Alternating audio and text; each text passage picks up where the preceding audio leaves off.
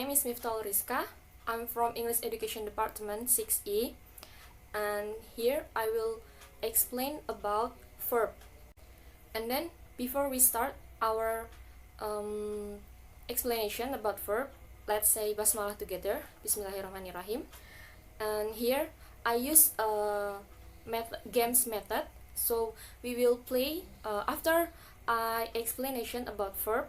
We will play some games to learn about verb, to memorize verb. Okay, next for the material of verb, I will explain kinds of verb. There is four kinds of verb. Sebenarnya ada 6, tapi di sini saya akan membahas 4 saja dulu. Nah, verb sendiri, apa sih verb itu? Verb itu kata kerja atau kata yang berbentuk tindakan.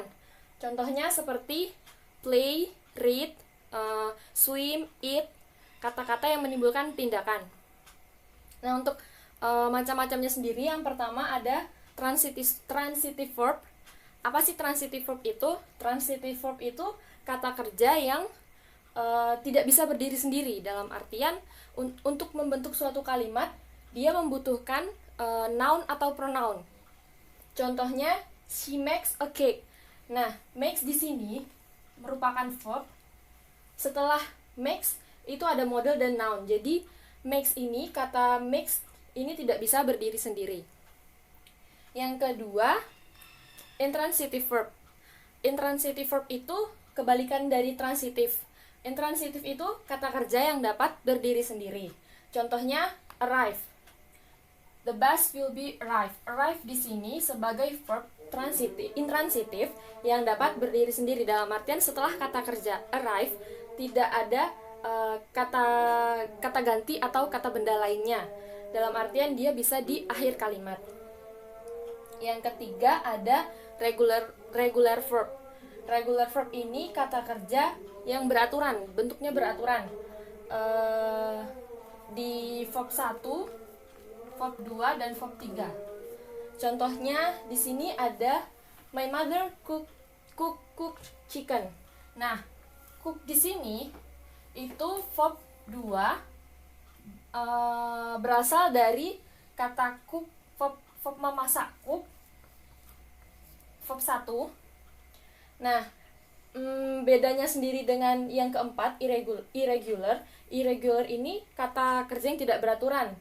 Kalau reguler ini dia beraturan, dalam artian setiap kata kerja itu hanya perlu ditambah ed untuk membedakan dia di verb 1 atau verb 2, verb 3. Kalau irregular ini kata kerja yang tidak beraturan.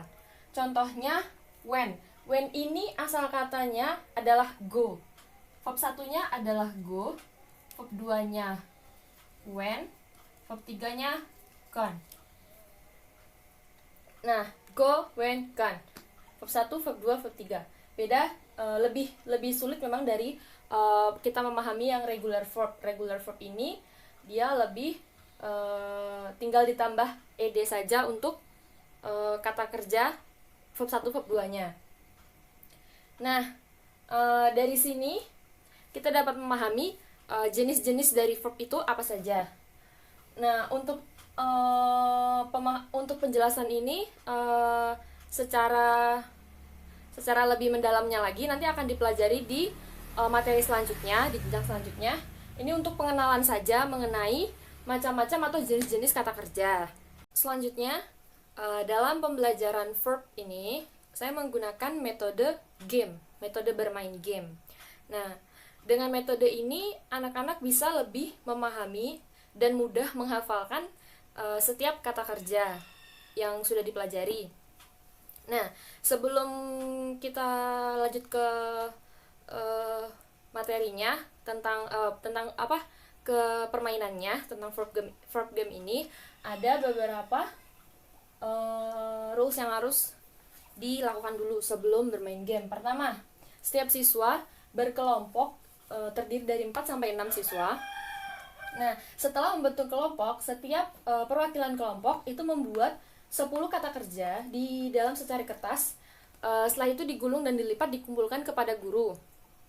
Nah, yang ketiga, perwakilan grup maju memperagakan tiap verb. Jadi alur permainannya setelah siswa itu membentuk kelompok, mereka akan membuat kata kerja masing-masing 10. Guru harus memastikan setiap anak dalam kelompok itu membuat kata kerja yang berbeda agar tidak terjadi pengulangan.